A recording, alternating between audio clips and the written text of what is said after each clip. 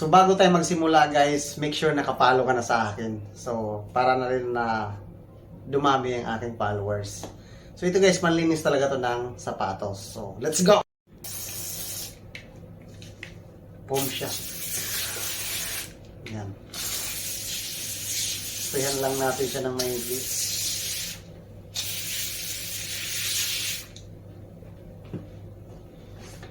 Oh, parang ano siya, sabon. Gusto lang natin para mag-siya nito. Rinse.